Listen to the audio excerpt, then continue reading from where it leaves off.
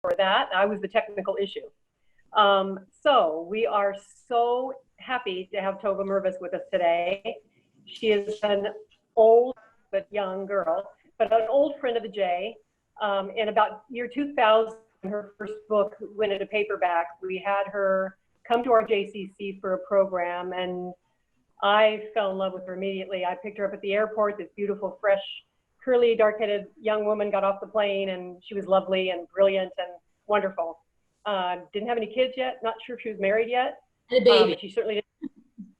You, pardon me? I had a baby. You had a baby in 2000? Yeah. I didn't remember that. You looked like a fresh-faced college kid. So, and then we were lucky enough in 2018, I think it was, to have Tova come back to RJ for her most recent book, which is called The Book of Separation. I happen to have my copy right here. That's right. You're lucky enough to have her twice to our JCC. I'll give a little background on Tova, and then she can address her issues herself. But she graduated from Columbia in New York, holds a master's in fine arts in fiction writing from the Columbia University School of the Arts. She has written four books, as far as I know, 3 novels, 3 fiction novels, and 1 memoir, which is the Book of Separation that I just referred to. Her first book, The Ladies Auxiliary, was a national best-selling book. That was the first book that she came to RJ about, and she wrote in that about what she knew, which was her community in Memphis, Tennessee, which was an Orthodox Jewish community, and a very, very vital one, and a very close-knit one. And we got an insight into that community beautifully in that book. Her next book was The Outside World in the early 2000s, which also was a lovely, lovely book.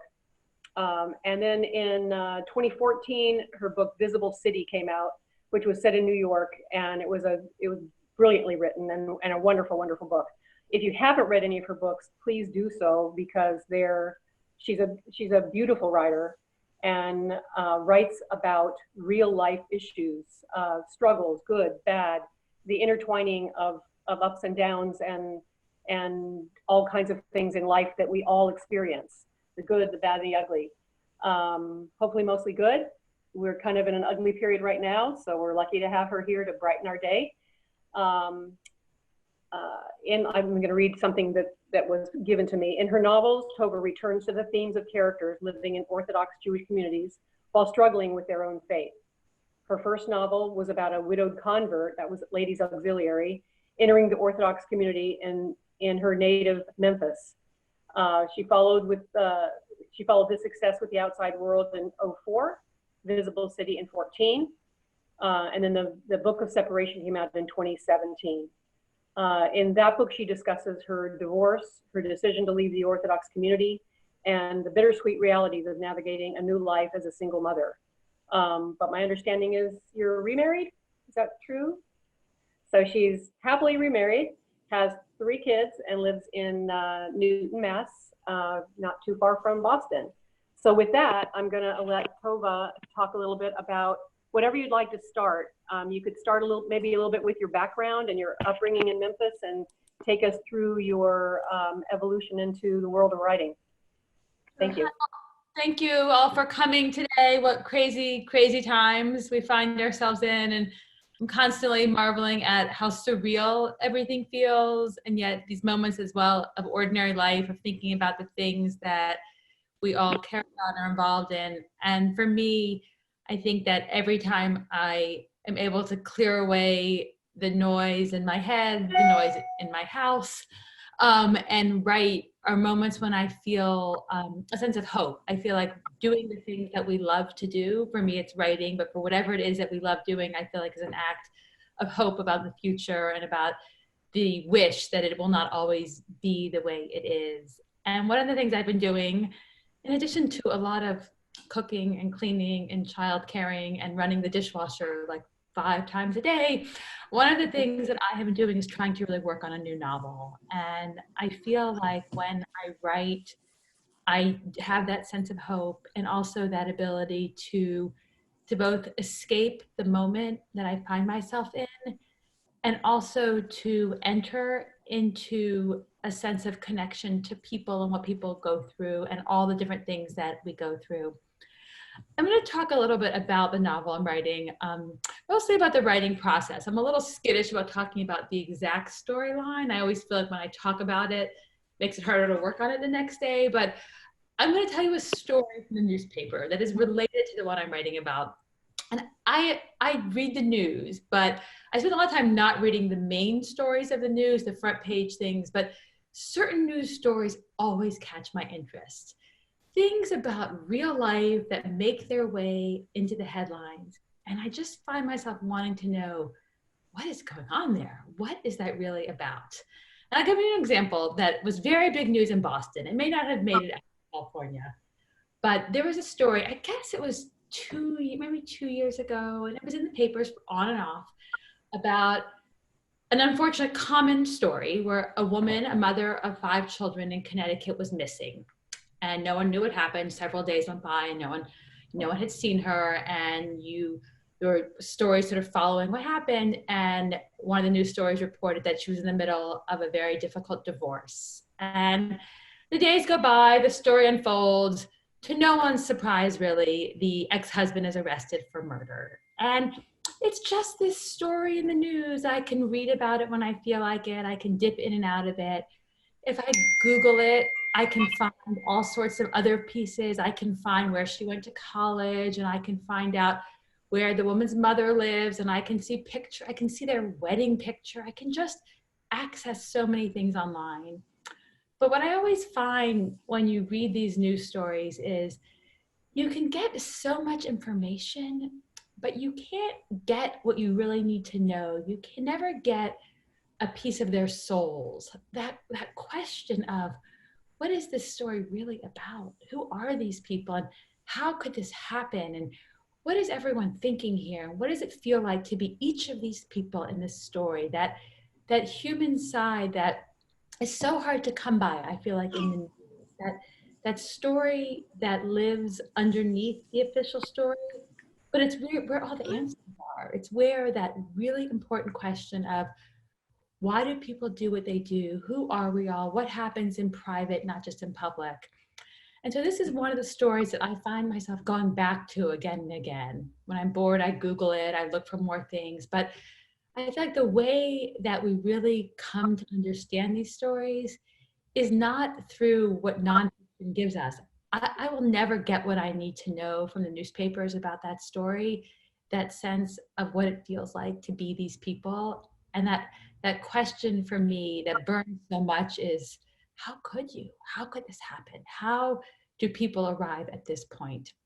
And so I'm not writing about that story, but one that is similar. And it's a story that I first started reading about in the news about 7 or 8 years ago. And I had a tangential connection to it. I knew someone who knew someone. It was sort of a vague connection, wasn't a close connection at all. But it was enough that when I saw it on Facebook, I was like, oh, what happened?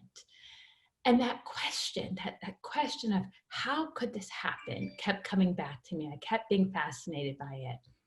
And over the years, I would read about it. I would sort of dip in and out of the story. And then I guess soon after my memoir came out, soon after I was in California at JCC, when I was sort of done with my memoir and started to think about what I was going to write next, I had this other novel I wanted to write.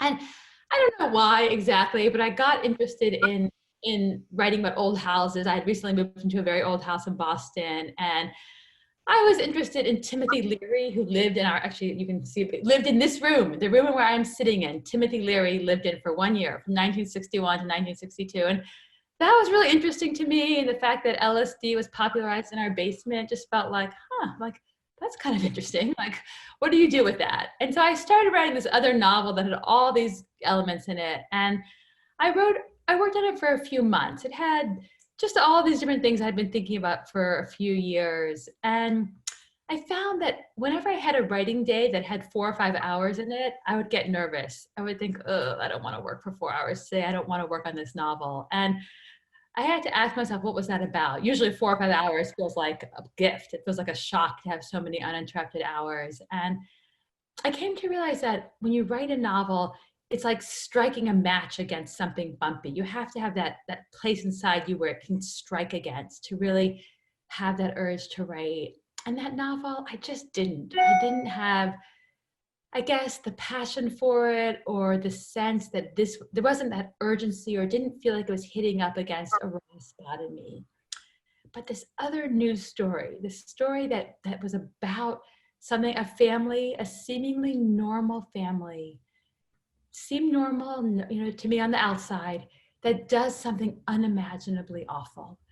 I just kept reading about it again and again and again. And the question I wanted to know was, how could you do this? What happened? And not interested in the logistics of who does what, but that question of who are we in private? What enables us to do things that are so unimaginable? And how far away are we from those acts of unimaginability? We like to think, I like to think I could never do such a thing. I could never, ever.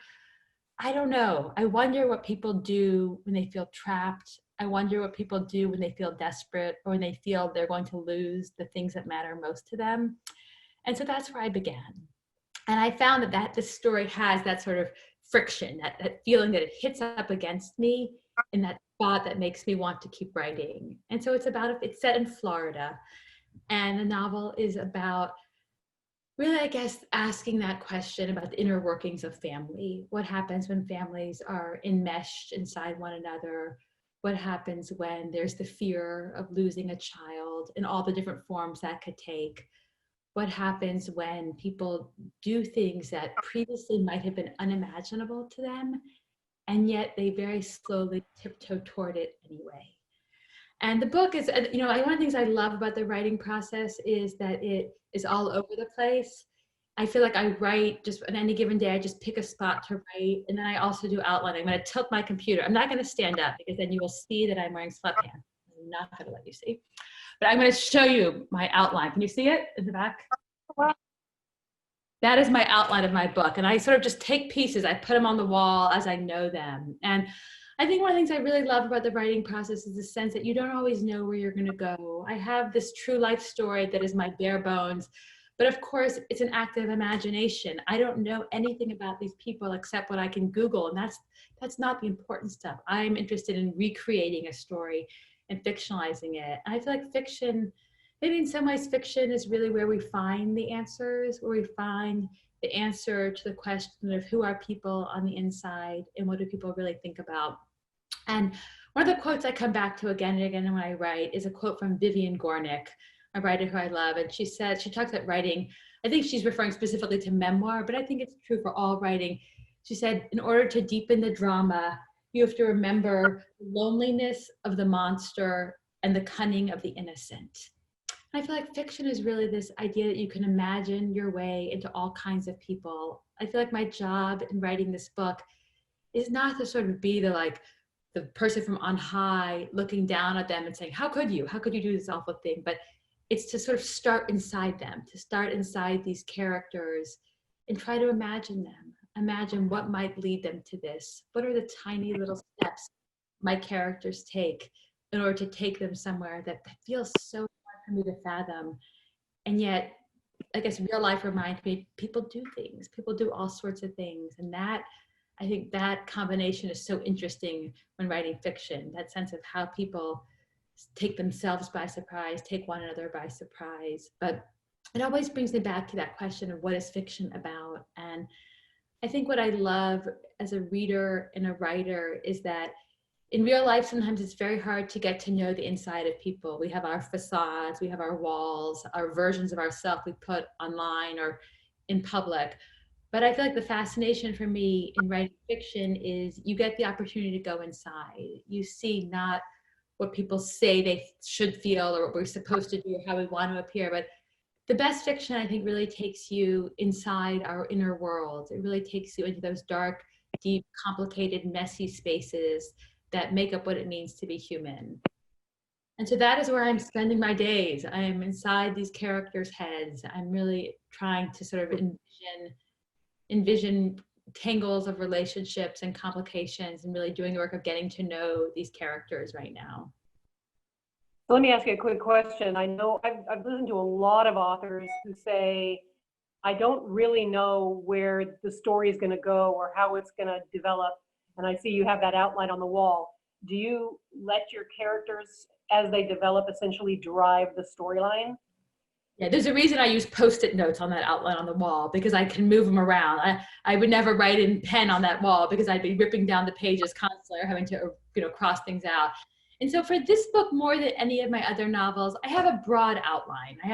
I have the what happened. I know that in the largest sense, I have the idea of a destination. And I once heard a writer say it's like deciding you're going to go on vacation, and you kind of have a sense of the highlights you want to hit, but you don't know what exactly you're going to see on the way, and you don't know where you're going to stop for lunch or where you're going to stay or what route you're going to take. And so I have this big picture view, which my other novels, I didn't even have that. And when I wrote Visible City, maybe that's why it took 10 years, but which is horrifying to think about, but I just had like pieces. I didn't know the plot. I just thought, well, I have this woman and she's going to watch her neighbors, but I don't really know what happens after that. And so here I have much more of a sense of where I'm driving to, but I don't have, and when I first started, I thought, oh, this is gonna be so easy. Like I know the plot, like thank you real life for handing me this plot. But what I've come to realize is that not just the what happens, it's the, well, who says what to who, and then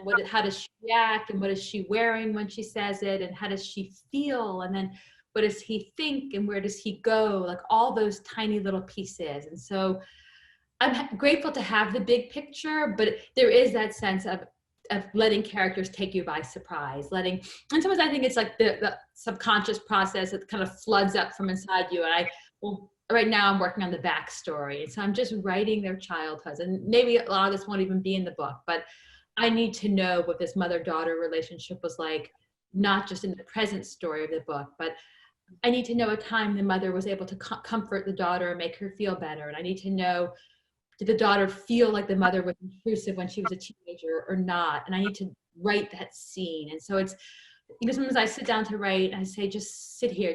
I started this new thing only this week, but who knew that if you leave your phone in a different room and turn off your internet, you can get so much more work done. It feels like a revelation to me. I feel like someone should patent this idea, like that if you don't go on your phone to go on Instagram or Words with Friends every 5 minutes, you can get so much more work done. It's shocking, really. And so I've been doing that. And so I sit myself down right here. I'm gonna show you. I sit there. I'm at my desk, but I never sit at my desk. I sit on my little couch, and I just say, you're gonna stay here. You're gonna sit, and I pick a spot. It's okay. I'm working on the backstory. I'm gonna just try and sink inside these characters' heads. I'm gonna just let my mind go a little bit and just write. I struggle always with the feeling of, oh, this is terrible. This is terrible. This is so bad. And I think every creative process has that anxiety always, that fear. There's so much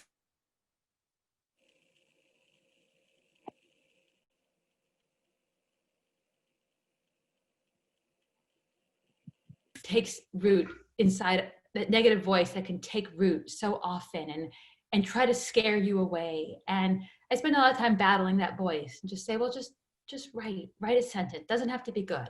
Just write a sentence. Just write a little more. You can always fix it later. And trying to calm that critical negative voice, and just, it feels like little tiny steps. Like put one sentence down and then another without getting scared away by the negative voices and the enormity of the big picture idea of how long it is to write a novel or to do a creative project like this. I found it very interesting what you said is you can take a real life story and you have the facts, but you don't have the soul or the emotion and the backstory of what brought people to that breaking point or that seminal moment in their life that changes everything. And I appreciate you rounding that out for all of us, because I think that's the whole key. I mean, for those of us that are not writers or want to be writers or thought we'd be writers, which is probably most people on the phone,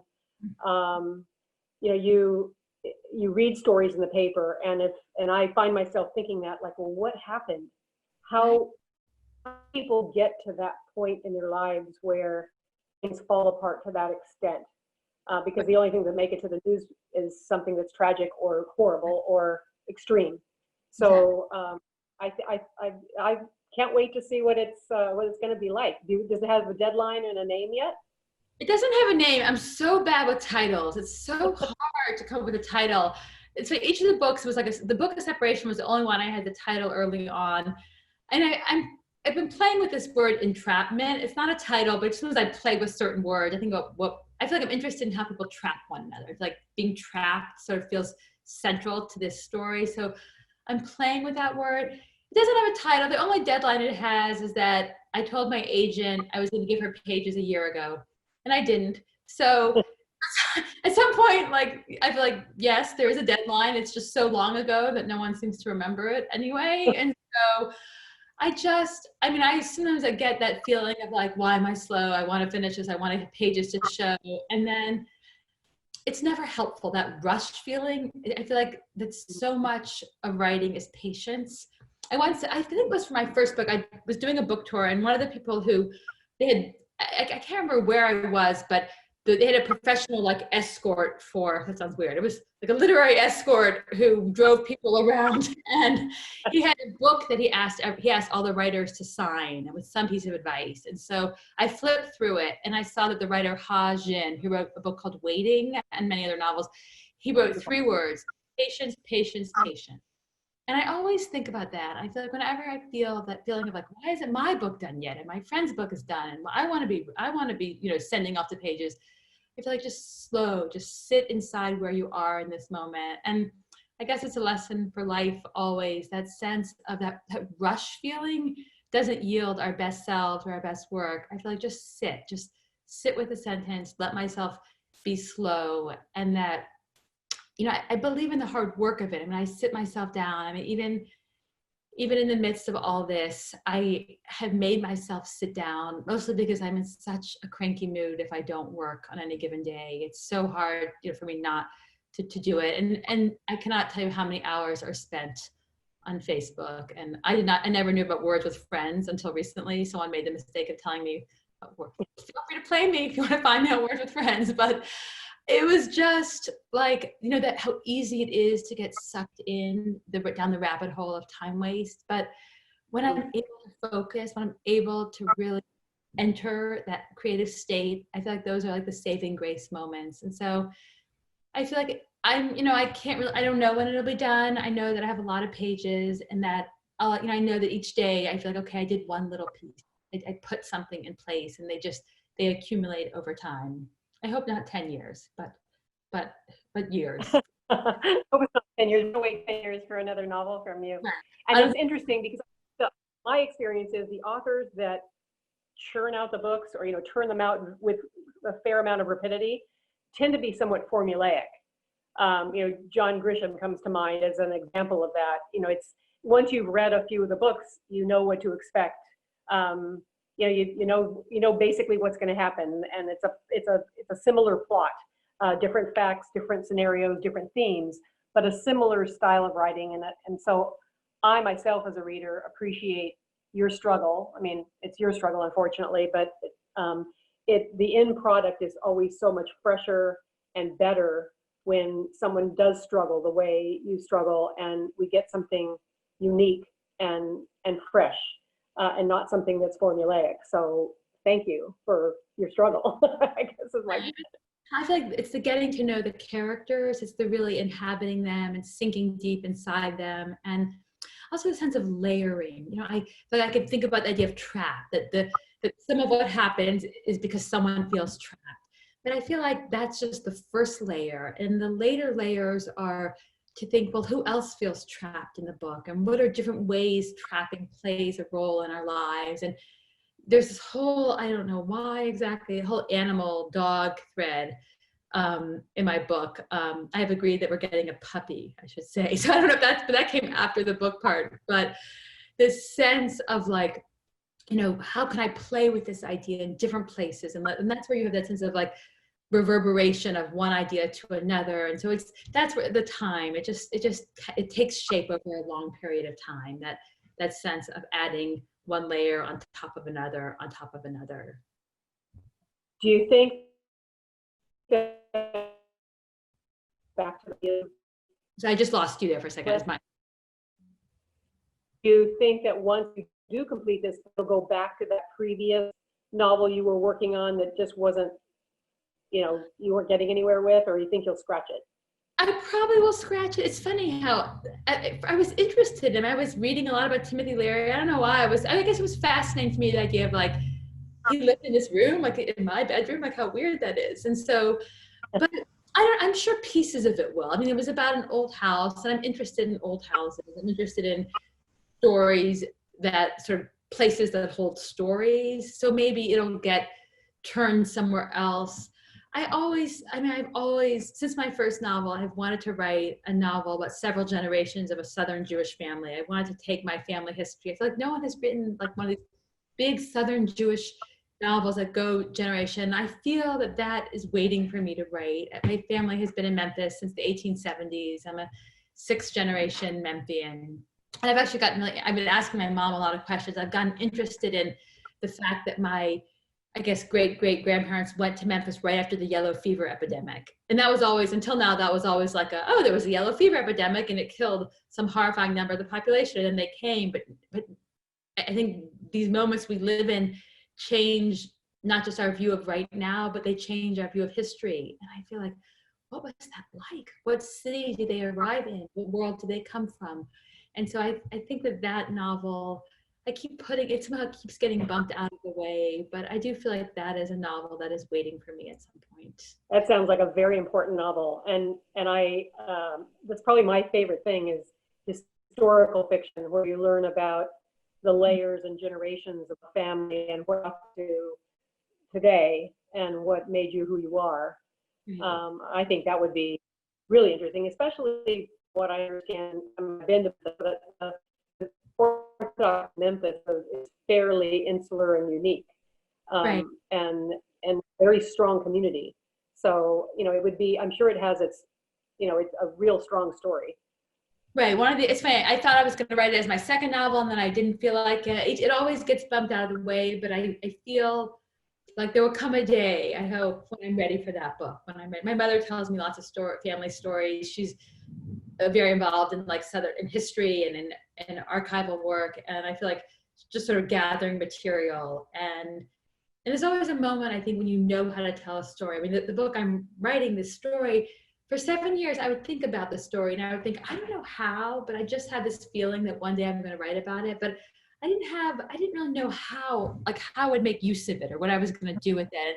It took a lot of years to sort of have that entry point, to realize I know how to tell this story now. And so with the Memphis thing, I feel that way. I feel like that this idea of wanting to tell, I've toyed with telling it as a nonfiction book. I toyed with sort of different ways of looking at that material, but in some ways it's always in the back of my mind, this Southern Jewish history. And I've been away from Memphis for so long. My parents still live there though. And so I don't know if they'll live there that much longer. They talk about moving. I feel like maybe they're moving. The end of 6 generations in Memphis will be the thing that spurs me. Maybe. I mean, I sometimes wonder if that will be the thing that finally makes me decide that this is the time.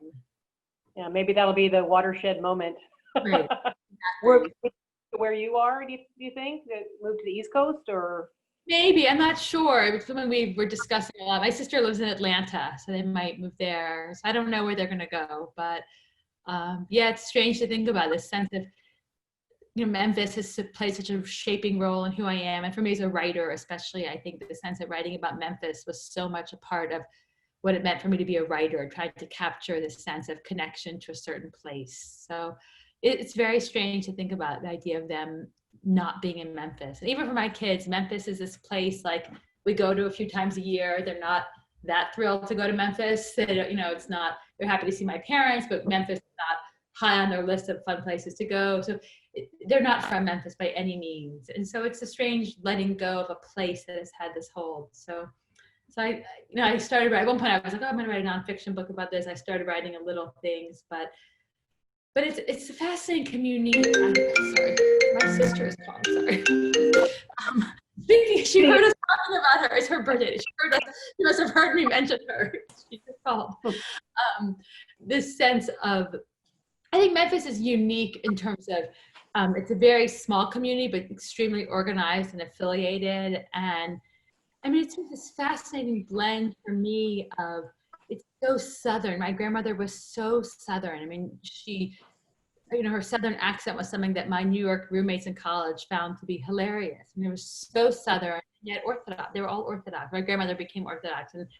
And so I feel like it was this microcosm of two worlds and where they met in such an interesting way. And I think also, when I think of, I once asked my grandmother something about Memphis, and she said, I can't imagine living anywhere but here. And just that sense that this was home. It wasn't a place they happened to live, but it really defined who they were. It was so much this feeling that of such a deep connection to a city and a community.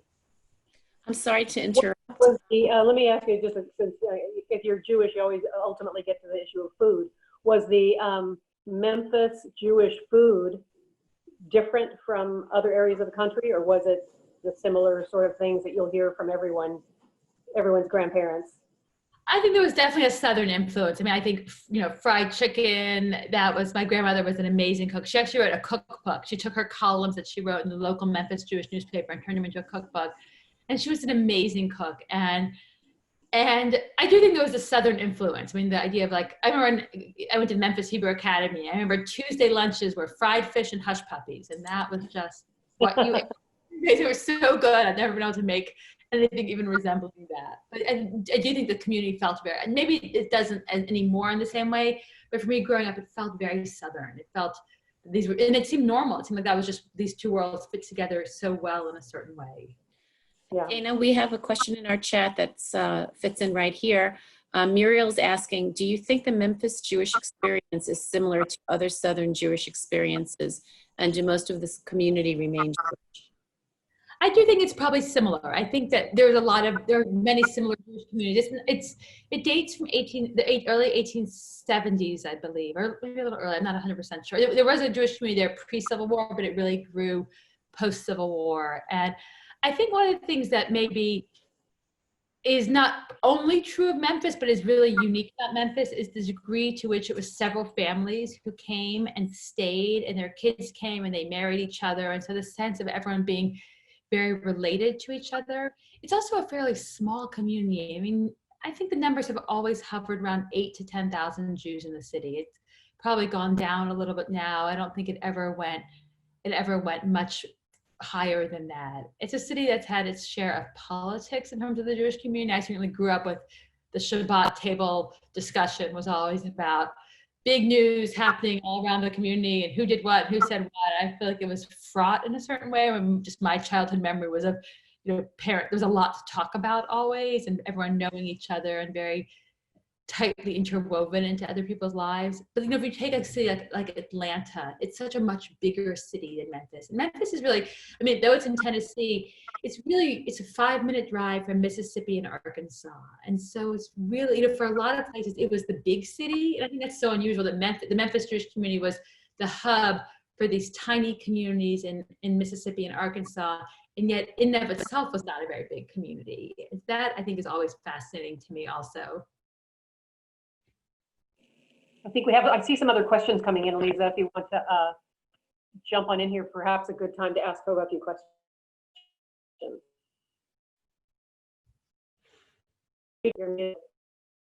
You are muted. Beth is asking, you clearly loved reading and writing from an early age. Some of us are writers without the technical training you have. Do you have words of encouragement for organic writers? Any recommendations for how to sharpen skills?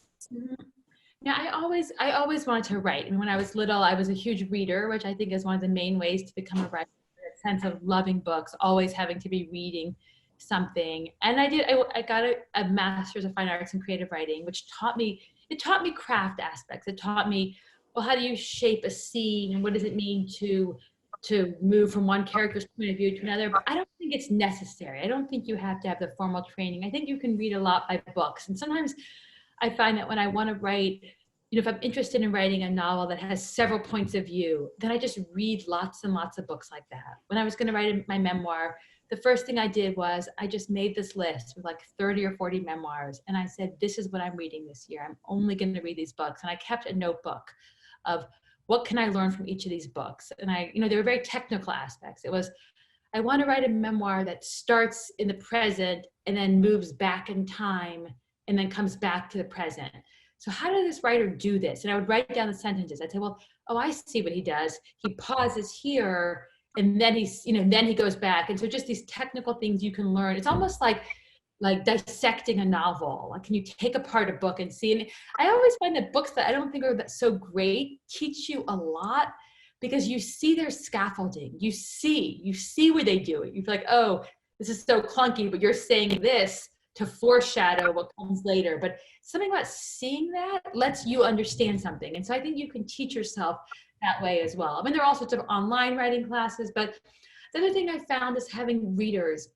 One of the things I do, I would not want to be in a workshop anymore because it's so painful. When I think back about handing in something that was freshly baked and giving it to 12 people to tell me what was wrong with it. I don't know. Maybe I had tougher skin then. I don't think I could bear that. But I have a few friends who are writers, and I want them to be hard on me, telling me, oh, it's great. It might make me feel good for a few minutes.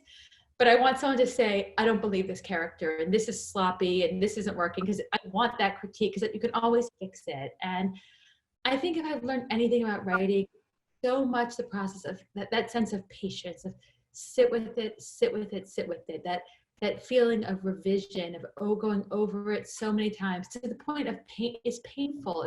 It's painful when it's so slow and you just want to be done. I'm like, free me now. Or writing Visible City, I remember thinking, it is going to be you or it is going to be me to this book. I feel like only one of us is going to survive this. That feeling that I was going to wrestle this book to the ground. And it takes so much sitting with it. But I think that you go over it again and again. And that feeling that no one can push you but yourself. No one can push me harder than I'm going to push myself. And at the end of the day, it's my own sense of, I know when a sentence is cheating, when I'm trying to zoom past something, or when I don't really want to get into it, or when I'm using a sloppy description because I don't really know what happened in the past. I'm just trying to, hopefully you won't notice that I don't really know what I'm talking about. And it's like those moments of like forcing myself, saying this is not good enough. It's not, because someone will always find it. It's that pushing harder and harder. And it never matches the way it looks in your mind, the perfect, beautiful vision in your mind. But it's like, can I get closer to it and closer to it and closer to it along the way? Yeah, it's interesting. I read two of your interviews last night in preparation for today, and I was particularly drawn to the fact that you spent a year reading memoirs before you wrote the Book of Separation. And I thought that is brilliant, because the best way, I think, like you said, the best way to take yourself there is to see how other people got there themselves. And you read the books that you mentioned in your interview were all brilliant books. So Danny Shapiro and Shulam Dean and a bunch of other authors that I thought, yep, those were good. So I thought that was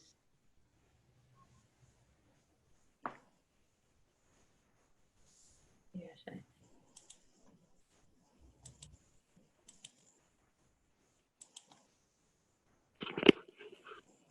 Tova's muted, Eliza. I did, and muted her. She's okay. I'm sorry. That's okay. Do you want me to answer the question? I can see the chat questions. Yes. There's two more questions. Two more questions that are similar. What is the process and goal of writing a memoir, and how does it differ from a novel? What's interesting, I feel like when I never thought of myself as someone who would ever write a memoir. That idea was so foreign. I love fiction. I love the fact that you can imagine something. And I know, even as I'm imagining these characters, who I know exactly where they come from, this newspaper article, I know what of me I'm bringing to them. You're always sort of, I'm taking things and imposing them on them. There's always that sense that you are, it's not like fiction is not you and memoir is you. And we're inside both of them. There's always that sense of, in fiction, there's a mask though. You might not know where I am all over this novel, but I know exactly where I am. And memoir, there's not that mask. There's not that sense of hiding. And I think memoir wants to tell a true story. It wants to tell a human story of something that you experienced or that happened to you or that you did in the world. And I think what I came to love about memoirs so much through, I mean, somewhat through the experience of writing it, but mostly through the experience of having it come out in the world, was the way that memoir, I think, has a unique ability to connect to people, because what it says to people is, here's my story and your story is different than mine, but here is where we connect. Here is where we both have this sense of shared experience. And I think the best memoirs are able to be universal, to say, I have this particular experience, but it's about something that we all go through, or so many of us go through in the world. And that feeling of connecting to people that we don't know across these books, through these books, that books enable us to feel that sense of, I am not the only one to have felt this. I am not the only one to have experienced this. And it's almost like memoirs, like reaching out your hand to strangers and having them meet you back with their hand. And fiction writing, I do feel like fiction writing feels that sense of connection. I mean, it feels different. I feel like with fiction writing, I feel like what I'm saying to the reader is, aren't you so interested in this too? Like, I'm so fascinated by this. Like, do you want to be interested in the thing I'm interested in? It's not about me front and center. It's about, do you want to join me in this thing that I think is really fascinating, interesting, and keeps me up at night? Maybe you're interested in it too. And so it feels less intimate in a certain way, and yet maybe the things we think about, that thing, that this story that keeps me up at night, I feel like there is that feeling of inviting your readers to join you in that curiosity, or in that question about the world, to want, because I have to know something. Like what drives me crazy about these stories we read is no one is going to give me the answer to what I want to know. No one is going to answer, how could you do this? How can you actually do this thing? No, I'm never going to get the answer I want to know. And it's maddening. I mean, sometimes we think about people we know, it's maddening. We want to understand it. And I feel like the only way to understand it is for me to write it. The only way for me to understand it. And so I think with fiction, I feel like the hope is that your reader has a similar feeling of, I want to enter this world with you. Yeah, I want to know it too. I have to know this about the world. And that you're sort of joining all of us together on a journey with it. But they feel very different. I mean, the process of writing it, I mean, with memoir, you know the story. You don't know how you're going to tell it, and you don't know the structure or the voice or even the character on the page. I mean, the Tova in the Book of Separation is me. I mean, it feels very close to me. It's not all of me. It's not everything that happened. It's my particular view at that time. But you know your story. You know what happened. You're not, as much as you might wish, you can't make up the facts. You're not supposed to make up the details of what happens. But so in some ways, it's almost like having the real life story given to you. It has a similarity to the process of writing a novel from a news story. But fiction, writing a memoir, writing a novel has such a sense of freedom. And even though I based it on this real thing, I feel like I can do whatever I want. And I feel like I have no idea, but I am so interested in dogs, which is so shocking to me. I did not think I was a dog person by any stretch of the imagination. But one of my characters, I don't even know, because I'm interested in trapping and this whole complicated reason, a character is really off stage for much of the book, becomes a dog breeder. And I feel like I get to read about dog breeders now. Like, how interesting. The sense of you can go anywhere you want and do anything you want with it, that I own this world I'm creating. That it is my world to move my characters around in, and it's fun. I mean, I had a good writing day today, so other days I would not say it was fun, but it is fun. I mean, it's this sense of making up a world and feeling, sometimes I feel like, okay, what happened in the backstory? When I get the right piece of it, when I realize, oh, that's what happened. I know something bad has to happen at the end of this wedding. What is it going to be? I don't know. I'm making it up. I know this wedding is somehow seminal to what happens 20 years later. And I realized, oh, that's what it is. And then it has to fit. It's like, we're also working a puzzle, as part of our quarantine activities. We've been working on it for 8 weeks and haven't gotten very far, but it's that feeling of locking a puzzle piece in place, of that's the piece that fits in. And that is a thrilling day when you feel like you lock a piece into place. Have, on a personal note, have you had all your kids at home during this time, and has that been challenging? My kids are all home. I have my 3 kids. My 21-year-old is home from college, which is hard. It's hard to be plucked out in the middle of your sophomore year. My 11th grader, Daniel, is here, and Liana, my daughter, who just texted me a few minutes ago asking me if I could come into her room while she's in math class and turn off the lights and pretend that we had a blackout. So she So they're doing okay. It's hard. You know, I feel like we've had all the quarantine adventures. I was saying when I first got on the call, I sat down in my desk chair and I was like so itchy. And I was like, why am I itchy? I forgot that I gave my son a haircut in this chair yesterday. I haven't dusted it off yet. I'm like, what is wrong with my chair? It's covered in his hair. Like, you know, everyone's okay. You know, I think that we all, I'm guessing, go through these modes of we're okay, we're grateful, we're healthy, to feeling apocalyptic and feeling horrified and feeling scared and then safe and worried, just this constant cycling through. And I think so much of living with uncertainty, living with this sense of we just don't know. We don't know what will be right now. And it's a hard place to sit for a long time. It's a hard place to stay. This hard place for teenagers and the very young adults right. we haven't told. It's a big pill for them to swallow. Right. So very much be pulled out of their normal schedules. And for all of us, I mean, all the uncertainties with jobs, with everything, all the numerous kinds of uncertainties.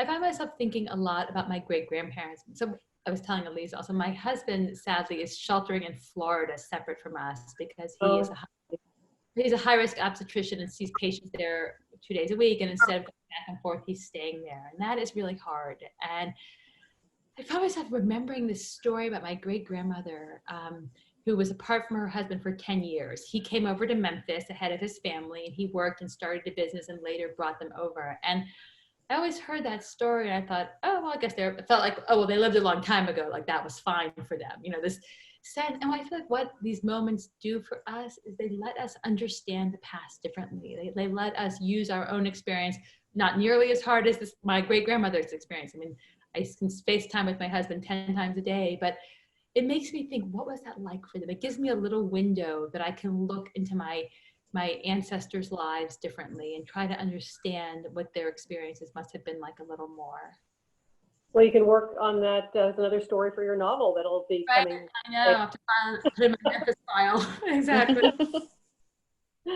Yeah, I think that's coming down the pike at some point. Well, right. Lisa, I know we've kept everybody an hour, so I don't know. Yes.